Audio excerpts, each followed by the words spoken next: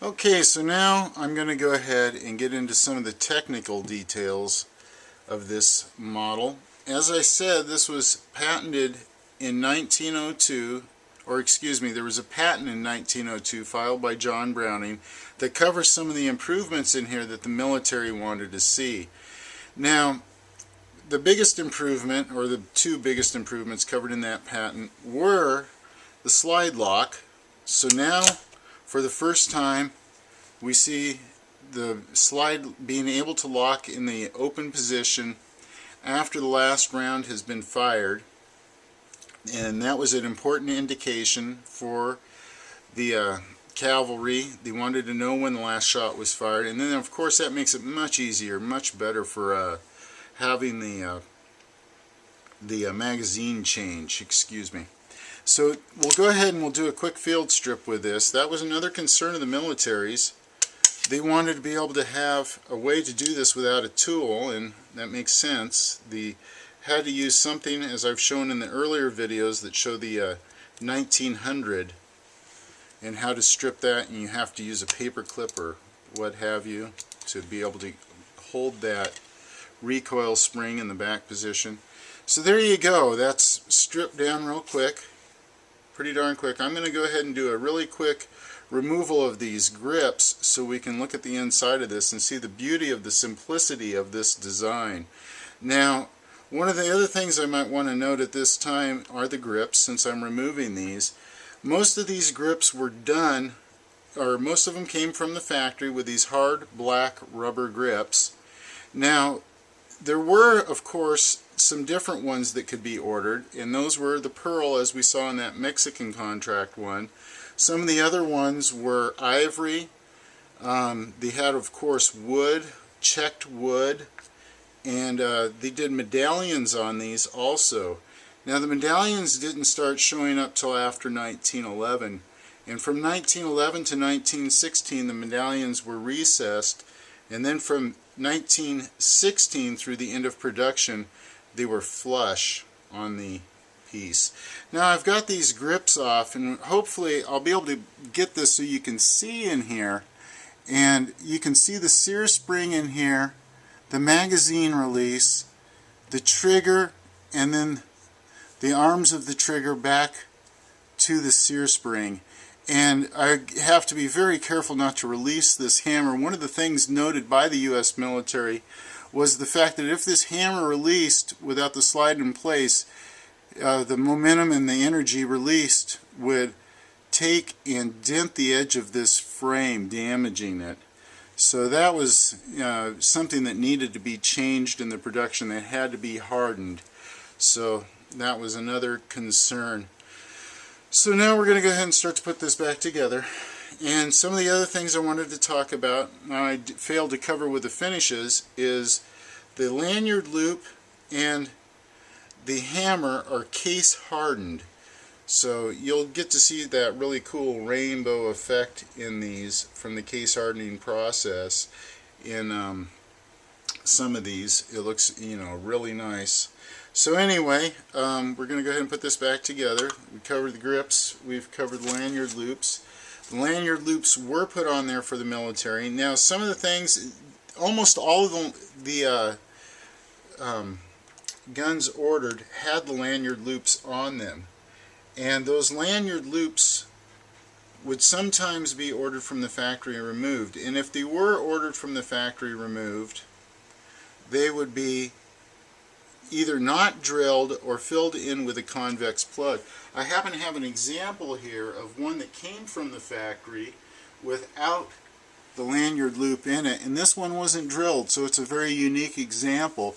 It does have a mark here in the bluing where it looks like something was started on it, but it didn't happen. So it's there's no material removed. Interesting.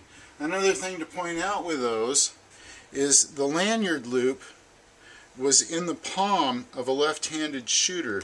So sometimes you'll see these where the lanyard loop has been removed, not by the factory, but by the owner, so that they could take and not have that in the palm of their hand as they shot. So as you can see, right-handed, of course, the lanyard loop's not going to interfere. So there's some of the differences, or some of the things with the lanyard loop. I'm going to go ahead and move on here and look at some of my other notes. I want to go ahead and point out at this point in time, all these had the standard half moon shape on the sights. The rear sight was dovetailed into the frame, and then the front sight in later days was not tapered. This one happens to be tapered, so that went away. So these front sights could be ordered with a Lyman sight or fine sights too. That was another variation that could be done. So let's see, I've covered sights, I've covered lanyard loops, and I've covered grips. I'll go on to hammer variations now.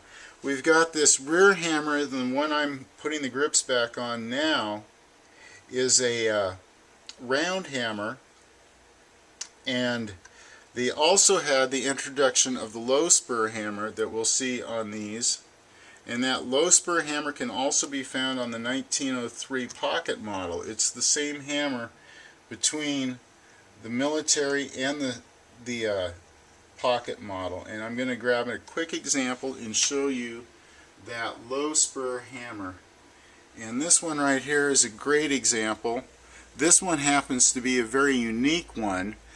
They had 1,000 that were made where they put the hand serrations on this, and what I mean by that is they had to put all those little grooves in there by hand. Then they had a machining process later on, and in the machining process the checkering continues all the way out to the end of the hammer. You can't see it, or it isn't on this hand done one.